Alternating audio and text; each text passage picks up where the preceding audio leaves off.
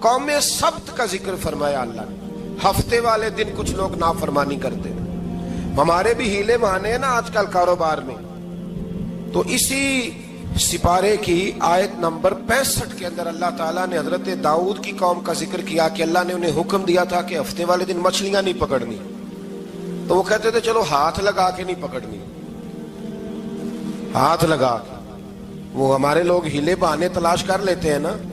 وہ بڑے جناب انشورنس والا آ گیا, اب وہ بینک والا آ گیا, وہ فلانے صاحب آ گئے, وہ تروڑ مروڑ کے کہانیاں باتیں, اور پھر ہمیں بھی رستے مل جاتے ہیں بچنے کے. مفتی صاحب نے کہہ دیا تھا, ایک مولانا سے میں نے ان کو کہا ہفتے والے دن مچھلیاں نہیں پکڑنے کا. نہیں پکڑتے, چھوٹے چھوٹے حوض بنا لیے.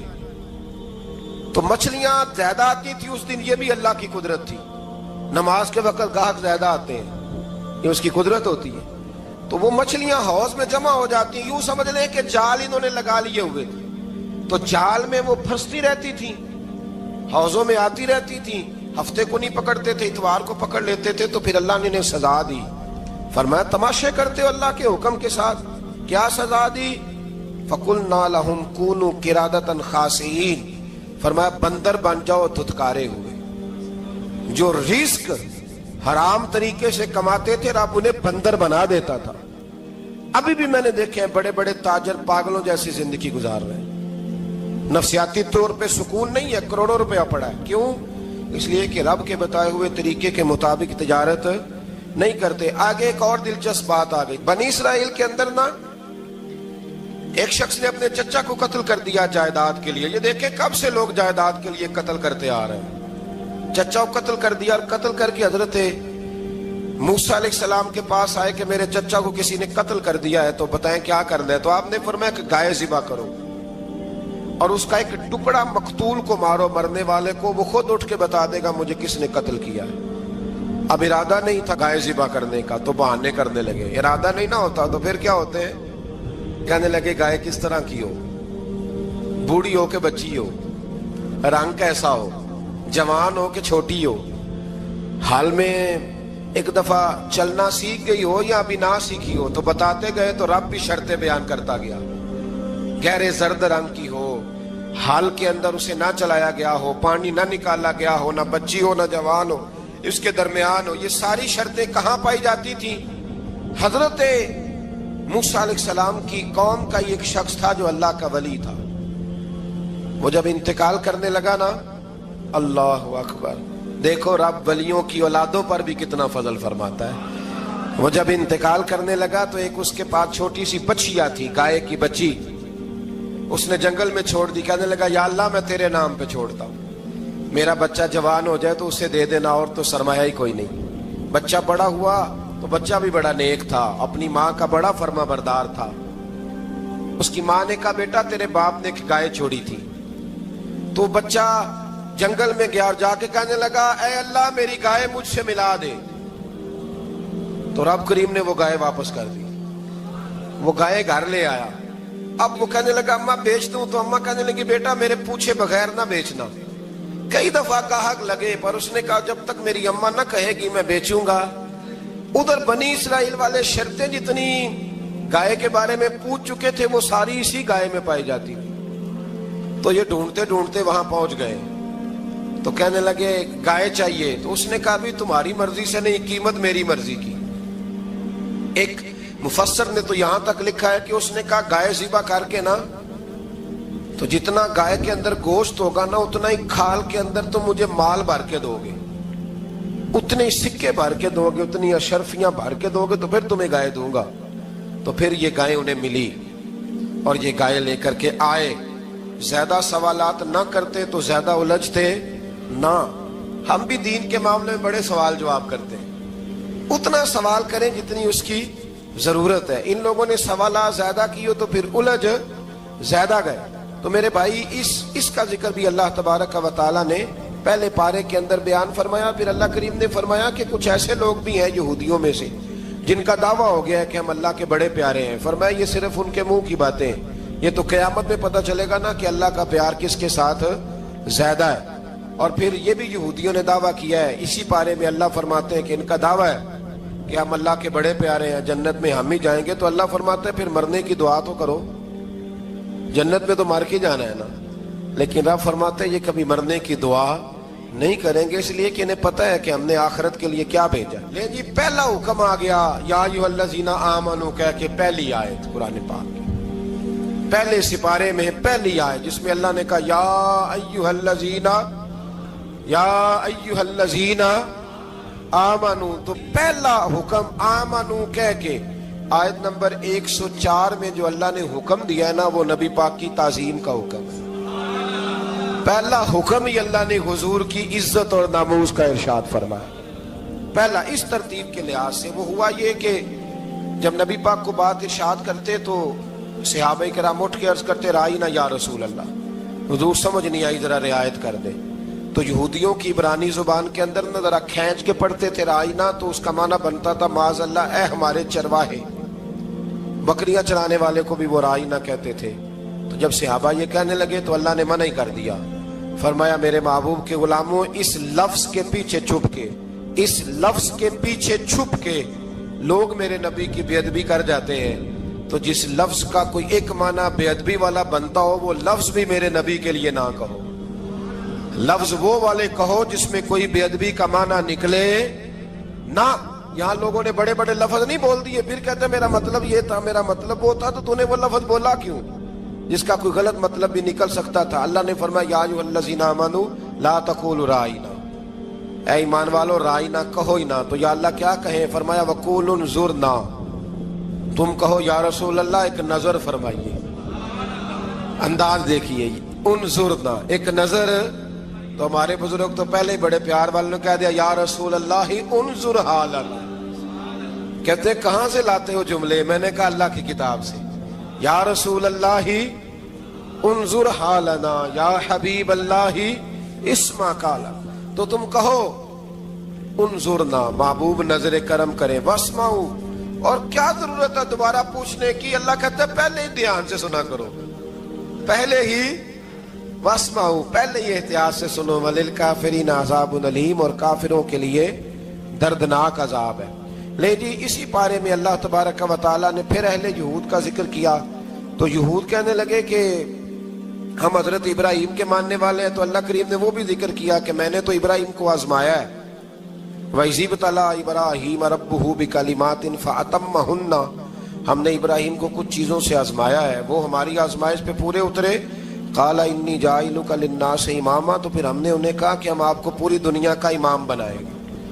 وہ آزمائش کیا تھی؟ آگ میں جانا بھی آزمائش, بیٹے کا نہ ہونا بھی آزمائش, بیٹا ہوا تو پھر اسے وادی غیر ذی زرع ان میں چھوڑ کے آنا بھی آزمائش, بڑا ہوا تو پھر ذبح کرنا بھی آزمائش. فرمایا جہاں جہاں آزمایا ہے نا, ابراہیم ہماری آزمائش میں پورے اترے. فرمایا تو مفت میں حضرت ابراہیم کی اولاد بنتے ہو اور ان کا نام لیتے ہو اور ان کے ساتھ اپنا تعلق بناتے ہو, دیکھو تو صحیح وہ کتنی آزمائشوں سے گزرے. تو اس کا بھی اللہ نے اسی میں ذکر فرمایا. اور پھر وہ بات کرتے تھے حضرت یعقوب کی اور حضرت اسحاق کی, تو فرمایا وہ تو ہمارے اتنے خاص بندے تھے کہ وصال کا وقت بھی انہوں نے اپنی اولادوں کو نصیحت فرمائی تھی کہ اللہ کی توحید پہ قائم رہنا. اس کا ذکر بھی اللہ نے اسی پارے میں بیان فرمایا. اور جو حضرت ابراہیم اور جناب اسماعیل نے کعبہ تعمیر کیا تو اس کا ذکر بھی اللہ تعالیٰ نے اسی پارے میں فرمایا. فرمایا جب وہ کعبہ بنا رہے تھے تو کہہ رہے تھے ربنا تقبل منا, کہہ رہے تھے اے اللہ بنا ہم نے دیا ہے پر مہربانی فرما ہم سے قبول فرما لے. تو جو آیہ کریمہ آخر میں عرض کرنا چاہتا ہوں اس پر بھی تھوڑی توجہ فرمائیں گے تو بات بڑی نکھر کے باہر آئے گی. یہ 16ویں رکوع کے اندر اللہ نے پھر یہود کا اور عیسائیت کا ذکر فرمایا. تو اللہ کریم نے ایک بات ارشاد فرمائی, یہودیوں کے ہاں جب کوئی بچہ پیدا ہوتا تھا پیلے رنگ کے ساتھ اس کو رنگتے تھے, یا کوئی خاص رنگ تھا ان کا, بچہ پیدا ہوتا تو اس پر وہ رنگ چڑھاتے کہ یہ جی ہمارے مذہب کا رنگ ہے. ہمارے ہاں بھی رسمیں ہیں نا اپنی اپنی, معاذ اللہ اپنی اپنی نہیں ہونی چاہیے, اللہ رسول کا حکم ہونا چاہیے. تو یہودیوں کے ہاں بچہ پیدا ہوتا تو ایک خاص رنگ چڑھاتے, عیسائیوں کے ہاں پیدا ہوتا تو وہ بھی ایک خاص رنگ چڑھاتے. تو مسلمانوں کے ہاں بچے پیدا ہوئے تو انہوں نے بھی توجہ کی کہ یہ کیا ہو رہا ہے, تو رب کریم نے فرمایا صبغۃ اللہ, رنگ اللہ کا ہی ہے. ومن احسن من اللہ صبغا، اور فرمایا اللہ کے رنگ سے زیادہ خوبصورت کس کا رنگ ہو سکتا ہے؟ اللہ کا رنگ کیا ہے؟ لا الہ الا اللہ محمد الرسول اللہ صلی اللہ علیہ. فرمایا نیلے پیلے کالے رنگ نہ چڑھاؤ، اپنے ذہن پر توحید و رسالت کا رنگ چڑھاؤ. یہ سب سے بہترین رنگ ہے. اگر تمہارے ذہنوں پر رب رسول کی توحید کا رنگ چڑھ گیا تو یہ وہ والا رنگ ہے، پھر تمہیں کسی اور رنگ کی طرف جانے کی ضرورت نہیں پڑے گی. تو فرمایا رنگ وہ پیدا کرو جو توحید کا ہے، رسالت کا ہے، اس رنگ کی توجہ کرو. قرآن مجید کے اس پارے میں اللہ کریم نے مختلف باتیں بیان کر کے آخری رکوع میں یہ جو رنگ کا ذکر فرمایا نا، تو یہ لگتا ہے پورے پارے کا خلاصہ ہے کہ رب کریم نے فرمایا اصل بات یہ ہے کہ تمہاری سوچوں پہ رب رسول کی توحید و رسالت کا رنگ ہونا چاہیے. وہ ایک دفعہ مسلمہ کذاب بے ایمان کہنے لگا میں نے بنا لیا ہے قرآن پاک کا جواب. معاذ اللہ. جواب کیا بنایا؟ وہ سورت ہے نا القاریہ ملقاریہ، وما ادراک ملقاریہ، کھڑکھڑانے والی کیا ہے؟ کھڑکھڑانے والی تمہیں کیا پتا کیا ہے؟ کھڑکھڑی قیامت کا ذکر ہے.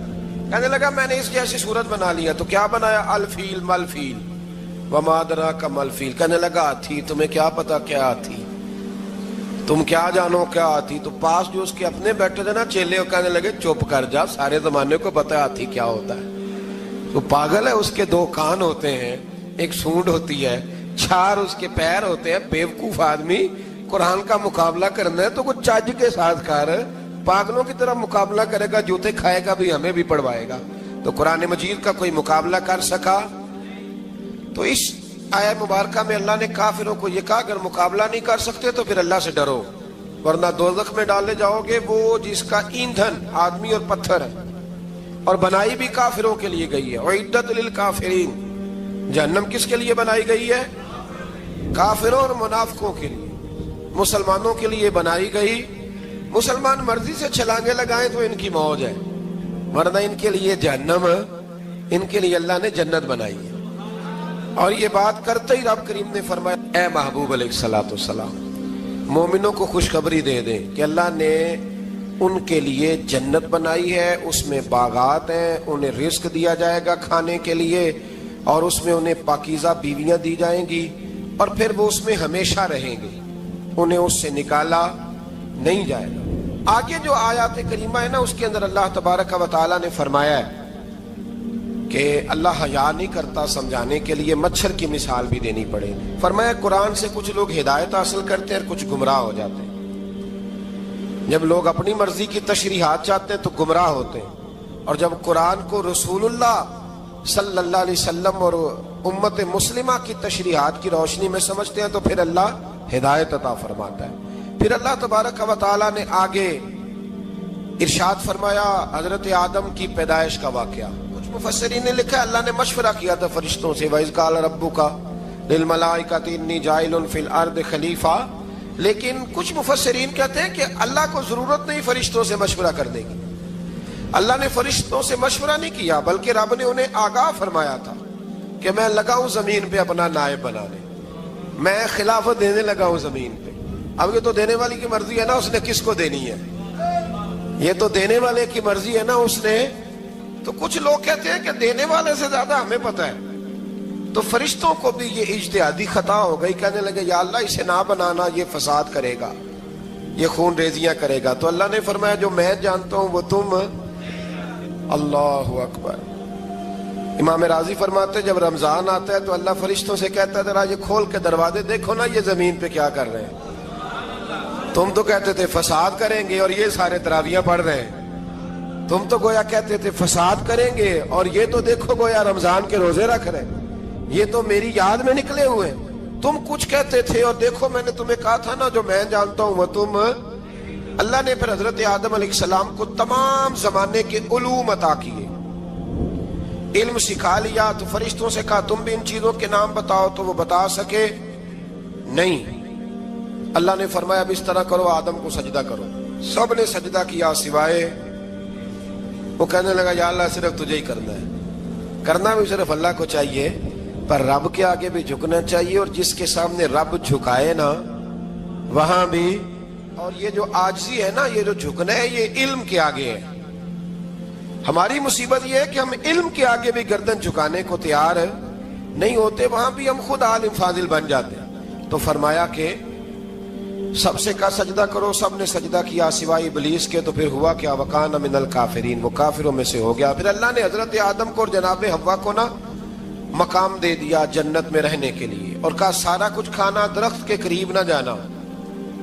ابھی آپ کسی سے کہہ دیں تھوڑا سا کہ پیچھے نہ دیکھنا، یعنی اگر میری سمجھ لیں ادب کی وجہ سے کوئی 1.5-2 منٹ یا 6 منٹ نہیں بھی نہ دیکھے گا تو سوچے گا ضرور کہ پتہ نہیں اب پیچھے کیا ہے، مصیبت کیا ہے۔ یعنی آپ کہہ کے دیکھ لیں کسی کو، پیچھے نہ دیکھنا، فطرت ہے نا انسان کی، وہ جستجو کرتا ہے، کہا اس درخت کے پاس نہ جانا۔ تو حضرت حوا سلام اللہ علیہ کہتے ہیں دل میں خیال رہتا تھا کہ آخر ہے کیا درخت کے پاس۔ یہی انسان کا عقیدہ توحید ہے کہ جہاں سے رب منع کر دے وہاں وہ منع ہو جائے، اور یہ ان کی خطا نہیں تھی، یہ اللہ کی حکمت تھی، چونکہ رب نے تو پہلے کہہ دیا تھا بنایا ہی زمین کے لیے، تو یہ تو سارا کچھ ہونا تھا تو زمین پہ آنا تھا نا۔ تو حضرت حوا اور جناب آدم کے پاس شیطان آیا، اب اس کو نکال تو دیا تھا پر ابھی اس کا جنت میں آنا جانا بند نہیں ہوا تھا، یہ بھی اللہ کی حکمت تھی۔ تو وہ کہنے لگا تمہیں پتہ ہے بعد میں مر جاؤ گے؟ تو حضرت حوا کہنے لگی کیا موت بھی آئے گی؟ کہاں، اس کی تکلیف بھی بڑی ہوگی، تو پھر بچیں گے کیسے؟ تو کہنے لگے پھل کھا لو اس درخت کا۔ تو بچنے کے لیے پھل کھایا تھا۔ اس طرح لوگ آج بہت سارے کام بچنے کے لیے کرتے ہیں پر بچ سکتے، بچنے کے لیے پھل کھایا تو اللہ نے فرمایا زمین پہ چلے جاؤ۔ تو حضرت آدم زمین پہ آئے، پھر کئی 100 سال روتے رہے۔ فَتَلَقَّى آدَمُ مِن رَبِّهِ کَلِمَاتٍ، تو پھر اللہ نے خود ہی جناب آدم کو کچھ کلمے سکھائے۔ علامہ اسماعیل حقی فرماتے ہیں وہ کلمے یہ تھے کہ حضرت آدم نے میرے نبی کا وسیلہ پیش کیا، اللہ کریم نے جناب آدم کی دعا کو مقبول فرما لیا۔ پھر آگے بنی اسرائیل کا ذکر آ جاتا ہے۔ اللہ تعالیٰ نے بنی اسرائیل، آج آپ اسی قوم کو یہودی کہتے ہیں، ان کو اللہ نے اس زمانے میں فضیلت عطا کی تھی بہت زیادہ۔ تو عرب کے اندر جب نبی پاک علیہ السلام نے اعلان نبوت کیا تو کچھ لوگوں نے یہ کہہ دیا کہ اگر یہ یہودی کلمہ پڑھ لیں گے تو ہم بھی پڑھ لیں گے۔ تو پھر اللہ نے انہیں یاد کرایا کہ تم اصل میں کیا ہو، تمہیں کلمہ پڑھنا چاہیے۔ تو اہل یہود کا تذکرہ کرتے کرتے رب کریم نے ایک بات یہ بھی ارشاد فرمائی کہ تم لوگوں کو تو کہتے رہے ہو کہ وہ نبی آنے والے ہیں، وہ نبی آنے والے ہیں، اور جب آ گئے ہیں تو ماننے کو تیار نہیں ہو۔ تو فرمایا تأمرون الناس بالبر وتنسون انفسکم وانتم تتلون الکتاب، لوگوں کو بھلائی کا حکم دیتے ہو اور اپنے آپ کو بھول جاتے ہو، افلا تعقلون، تمہیں عقل نہیں؟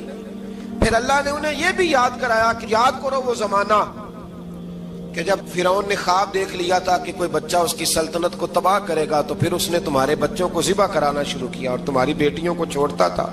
فرمایا یہ بھی تو تم نے دیکھا، میں نے تمہیں پھر تم سے کہا جہاد کرو قوم عمالقہ کے خلاف، تو مقام طیہ میں جا کے یہ لوگ کہنے لگے ہم سے جہاد نہیں ہوتا۔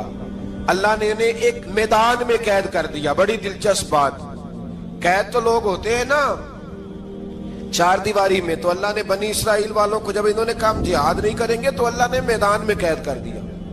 میدان میں، یہ یاد رکھیں، جب انسان اللہ کی نافرمانی کرتا ہے تو اسے ایسی قید ملتی ہے جس کا اس نے تصور بھی نہیں کیا ہوتا۔ ایک میدان ہے مقام طیہ، قید ہو گئے، سارا دن سفر کرتے تھے، سارا دن، تو رات کو تھک کے سوتے تھے، صبح اٹھتے تھے نا جب، تو وہیں ہوتے تھے جہاں کل صبح چلے تھے۔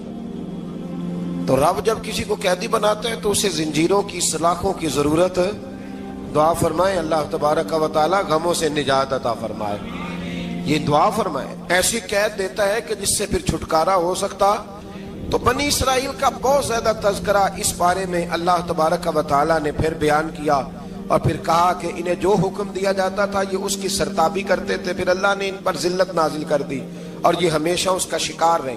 بنی اسرائیل کے اندر ہمیشہ نبی اور بادشاہ موجود رہتے تھے۔ ایک وقت ایسا آیا کہ بنی اسرائیل میں کوئی نبی نہیں تھے، اور بنی اسرائیل کا جو اپنا علاقہ تھا نا وہ ملک شام ہے، تو قوم عمالقہ ایک قوم تھی اور بڑے سخت گیر لوگ تھے، انہوں نے بنی اسرائیل والوں کے ساتھ لڑائی کی، جہاد کیا اور انہیں ان کے علاقے سے نکال دیا۔ اور کچھ حضرت یوسف علیہ السلام کے زمانے میں ویسے بھی ایک بہت بڑی تعداد جا کے مصر میں آباد ہو گئی تھی۔ اب یہ ہوا کہ ان کے پاس کوئی بادشاہ نہیں ہے، یہ بار بار دعا کرتے ہیں، التجا کرتے ہیں، تو اللہ تعالیٰ نے ایک پیغمبر انہیں عطا کیے جن کے مختلف نام کتابوں میں ہیں۔ صدر الافاضل رحمۃ اللہ علیہ نے تفسیر خزائن العرفان کے اندر ان کا نام حضرت شمویل علیہ السلام لکھا ہے۔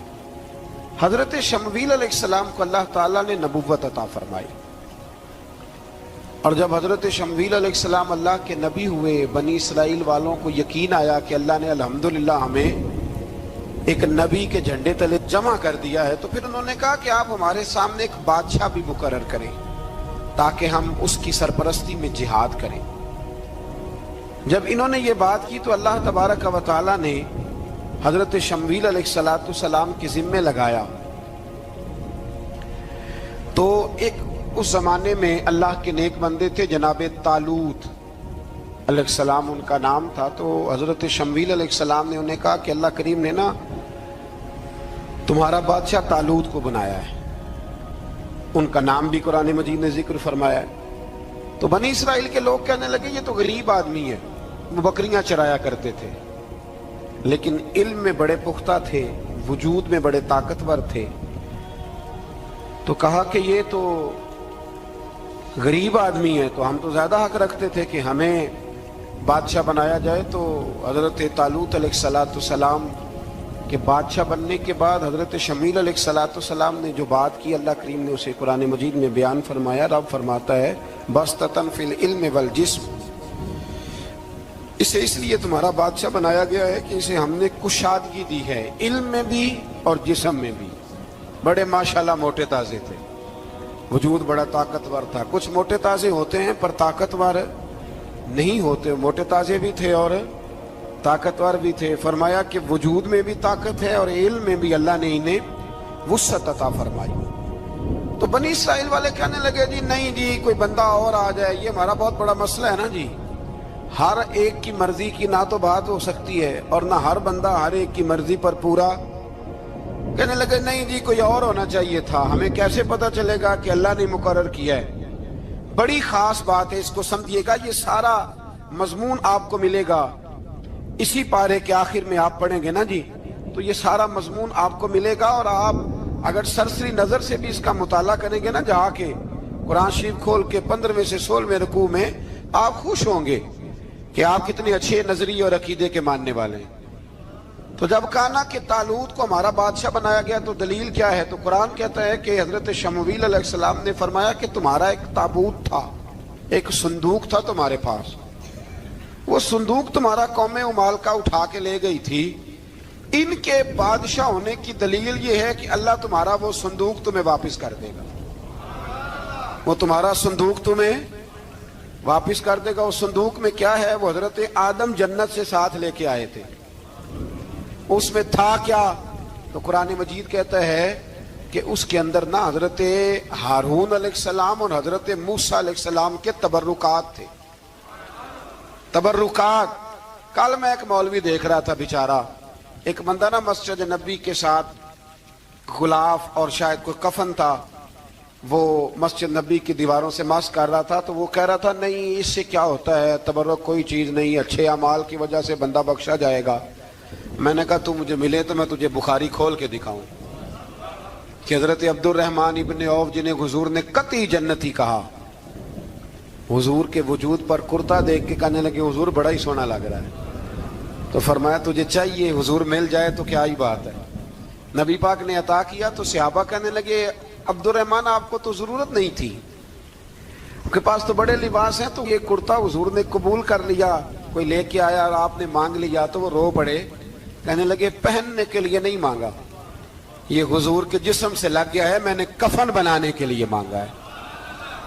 تو کہتا ہے حضور کے تبرک میں خیر کوئی نہیں۔ پر آپ یقین کریں ان لوگوں پہ حیرانگی ہے، ہم نے بھی مرنا ہے نا جی، بڑی جلدی قبر میں جانا ہے، وقت کا کچھ پتہ نہیں، لیکن اتنے اندھے ہو کر لوگ چیزوں کو دیکھتے ہیں اور اس تیزی کے ساتھ گمراہی پھیلاتے ہیں۔ مجھے باقاعدہ کسی نے ویڈیو بھیجی اور کہنے لگا جی دیکھیں کتنی اچھی بات کر رہا ہے، لوگوں کو سمجھائیں، تو میں نے کہا نہیں اس کو سمجھانے کی ضرورت ہے، اور میں نے اس کو دیکھا ہے، وہ جو لال رومال والا میں نے دیکھا ہے، وہ ڈھونڈ ڈھونڈ کے جاہلوں کو پکڑتا ہے، تلاش کرتا ہے، اور اگر کوئی مل جائے بات بتانے والا تو پھر وہ خود پکڑا جاتا ہے، اور کئی دفعہ پکڑا گیا تو نکل گیا ہے۔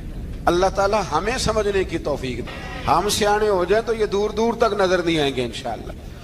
تو وہ تابوت آئے گا، بنی اسرائیل والوں سے کہا تابوت میں کیا تھا سن لو، اور یہ قرآن مجید ہے۔ آج میری ماننا یہ 15 سے 16 رکوع ضرور ہی پڑھنا کہ وہ آخر تابوت میں کیا تھا، کھولنا ذرا۔ قرآن مجید کہتا ہے کہ حضرت موسیٰ علیہ السلام اور حضرت ہارون کے تبرک تھے۔ تو تبرک کیا تھے؟ تمام مفسرین نے لکھا ہے کہ حضرت موسیٰ کا ایک کرتا تھا، ایک ڈنڈا تھا، جوتے تھے، اور جناب ہارون علیہ السلام کا امامہ شریف تھا، اور تورات کی کچھ تختیاں تھی۔ تو اس کا فائدہ کیا تھا؟ اس تابوت کا فائدہ یہ تھا کہ بنی اسرائیل والے جب اپنے دشمنوں سے لڑتے تھے، تابوت سامنے رکھ کے دعا مانگتے تھے، اللہ انہیں کامیابی عطا کر دیتا تھا۔ تو قوم عمالقہ کو بھی پتہ چل گیا کہ صندوق میں کچھ ہے جس کی وجہ سے یہ کامیاب ہو جاتے، وہ صندوق اٹھا کے لے گئے۔ اب ان کی کم بختی یہ، کم نصیبی یہ کہ انہوں نے جا کے اسے روڑی پہ پھینک دیا۔ جب روڑی پہ پھینکا تو ان کے اندر بیماریاں آ گئی، وبائیں پھوٹ پڑی، مرنے لگے، وجود پھولنے لگا۔ پھر ان کے دلوں میں بات آئی کہ یہ ہم نے اس صندوق کی بے ادبی کی ہے۔ صندوق میں کیا ہے؟ تبرکات۔ ہمیں کہتے ہیں جی نالین کا نقشہ کیوں لگایا ہے؟ تمہارے تو بزرگوں کا عقیدہ ہے سر پہ رکھنے کو مل جائے اگر نقش نالے پاک حضور تو پھر کہیں گے کہ ہاں تاجدار ہم بھی ہیں۔ تو کہا کہ اس کے اندر یہ تبرکات تھے، انہیں بھی سمجھ میں آئی، تو انہوں نے نا بیل گاڑی منگائی اور وہ صندوق اٹھا کے اس کے اوپر رکھ دیا۔ اب کیا ہوا؟ قرآن کہتا ہے کہ فرشتوں نے نا اس صندوق کو وہاں سے اٹھایا۔ مفسرین نے لکھا اس کا معنی یہ بھی ہو سکتا ہے کہ اس بیل گاڑی کو ڈائریکشن پہ لگایا، ادھر سے حضرت شمویل علیہ السلام نے جناب طالوت کو بادشاہ بنا دیا، اور ادھر سے وہ صندوق چل پڑا۔ کہا بھئی ہم ان کو کیسے بادشاہ مانے؟ تو فرمایا بادشاہ اس طرح مانو گے کہ تمہارا وہ صندوق آ جائے گا، اور قرآن کہتے ہیں اس صندوق میں تمہارے دلوں کا سکون ہے، اس میں تمہارے دلوں کا۔ اور بھائی ہماری تو کوشش ہوتی ہے بزرگوں سے کوئی چیز مل جائے، اللہ والوں کا کوئی تبرک ہمارے ہاتھ آ جائے۔ تو وہ صندوق آ گیا، یہ مان گئے۔ اب جہاد کرنے نکلے تو لڑنا تھا جالوت کی قوم کے ساتھ۔ وہ بڑا سخت آدمی تھا، 3 من سونا اس نے وجود پہ پہنا ہوتا تھا۔ اس کی قوم سے لڑنا ہے، ٹوپی بڑی تگڑی پہنی ہوتی تھی لوہے کی۔ اب کون لڑے؟ ایک نوجوان تھے جن کا نام تھا داؤد علیہ السلام، وہ بھی بکریاں چرایا کرتے تھے۔ اور جن دنوں حضرت طالوت نکلے نا اپنی قوم کو لے کر جالوت کے خلاف لڑنے، تو حضرت داؤد بھی شامل ہو گئے۔ اللہ جب کسی کو نوازتا ہے نا تو پھر خاص ہی کرم نوازی کرتا ہے۔ مفسرین نے لکھا جب یہ جا رہے تھے نا، وہاں جا رہے تھے تو رستے میں انہیں 3 پتھر مل گئے، انہوں نے وہ تینوں پتھر اٹھا لیے۔ اس زمانے میں پتھر پھینکنے کے لیے چھوٹی چھوٹی لوگوں کے پاس چیزیں ہوا کرتی تھی، اس کو کوپھن بھی لوگ کہتے تھے، منجنیق، اس کو سامنے رکھ کے پھر بنائی گئی۔ تو آپ کے پاس بھی وہ آلہ تھا جس سے دشمن پر پتھر مارے جاتے تھے، تو آپ وہ مشین لے کر، وہ آلہ لے کر وہاں پہنچے ہوئے تھے، 3 پتھر آپ کے پاس تھے۔ آپ فرماتے اس دن میں بڑا بیمار تھا، اتنا بیمار تھا کہ میرا رنگ پیلا ہو گیا۔ اب وہ جالوت کے سامنے کوئی نہیں جاتا تھا، تو جناب طالوت کہنے لگے کہ جو جالوت کو مارے گا نا، یعنی ان کے بادشاہ کو اس قوم کے، تو میں اسے اپنی آدھی سلطنت بھی دے دوں گا اور اپنی بیٹی کا نکاح بھی اس کے ساتھ کر دوں گا۔ دیکھیں اللہ نوازتا ہے تو کس انداز میں نوازتا ہے۔ تو حضرت داؤد کہتے ہیں وہ دور کھڑا تھا تو میں نے نا 3 پتھر مارے۔ بھئی ہمت کرنا تو ہمارے ذمہ ہے کہ نہیں؟ میری ملت کا جوان کہتا میں نے کرنا کرانا کچھ نہیں، یعنی اگر آپ کہیں نا کچھ کرو تو پھر وہ کوئی کام کرنے کی مطلب معاملہ۔ وہ مجھے کل ایک سنگی کہہ رہے تھے، کہنے لگے جی اللہ کے فضل سے کچھ بھی نہیں کرنا پڑا، مرشد نے نظر کر دی۔ میں کہا میں ملن گی تو میں انہوں نے سمجھاواں گا کہ کچھ کرا کے نظر کریا کرو، کیونکہ میرے وہ دوست ہیں، میں انہیں جانتا ہوں۔ نظر میں بڑا کچھ ہوتا ہے، لیکن اللہ بھی تو بندے پہ بڑی نظر رحمت کرتا ہے نا۔ لیکن کہتا ہے 5 نمازیں پڑھ، رمضان کے روزے رکھ، زکوٰۃ فرض ہو تو ادا کر, یہ سارے کام کر, سچ بول, دیانتداری کر, پھر میں اپنے فضل سے تجھے جنت عطا کروں. تو یہ جو رویہ ہم نے بنایا یہ درست نہیں. تو فرماتے ہیں 3 پتھر میں نے مارے, اللہ نے اتنا فضل کیا کہ وہ بھی مر گیا, اور اسے چھو کے میرے پتھر آگے بڑھے تو اس کی فوج کے 30 آدمی بھی مر گئے.